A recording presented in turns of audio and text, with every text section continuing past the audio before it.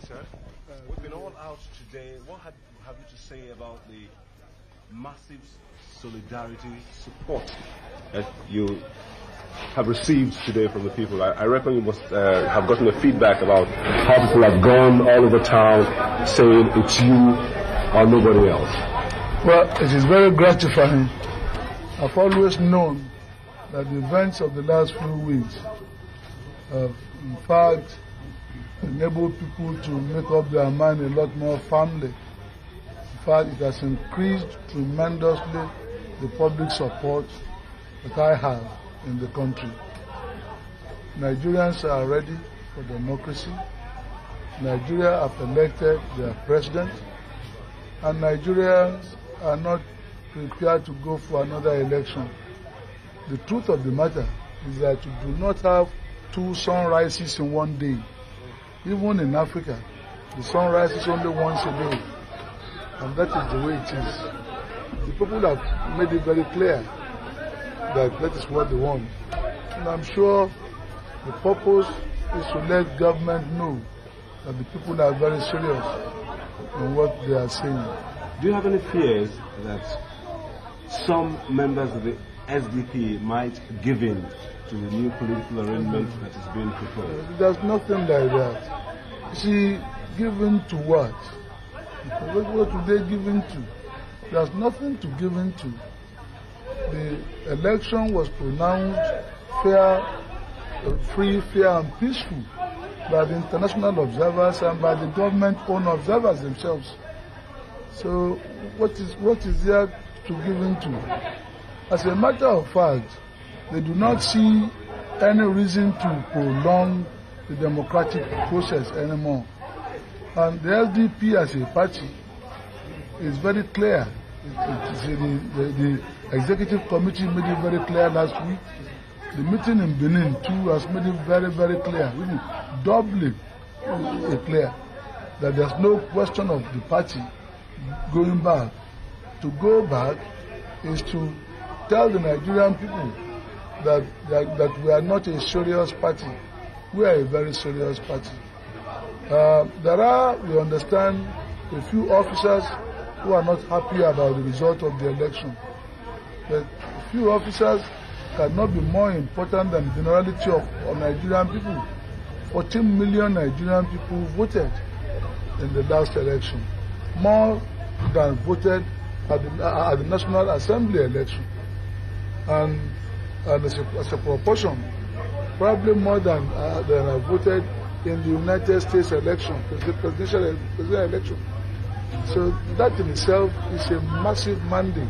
And I have 58.9% of the votes.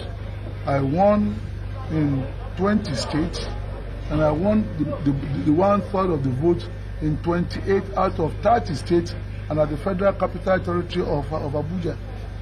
There's nothing else. Do you think the president will backpedal? Well, it's not a matter of backpedaling. It's a matter of a misunderstanding. He was not accurately informed. For example, there were talks about bribes there were allegations of bribery to NEC. I've already said anybody with proof of that allegation should go to court. Bribery of an electoral officer, of a public officer, is an offense. It's really a felony under the law of Nigeria. The matter should be taken to a criminal court. And secondly, there were allegations that the turnout was low. That has been debunked. There were more voters during the presidential election than during the National Assembly elections. So that is not true either. There were allegations that the judiciary is being put into jeopardy or into ridicule. We were able to prove that neither of the two candidates went before any court. It was an illegal organization supposedly being sponsored by the government itself that took matters to court. That has nothing to do with us. There were allegations that large sums of money were spent, 2.1 billion naira. That was not true. I've denied it. The other candidate has denied it. In any case, there is no upper limit to the expenditure that can be incurred by any candidate in the presidential election or in any election under the law of Nigeria.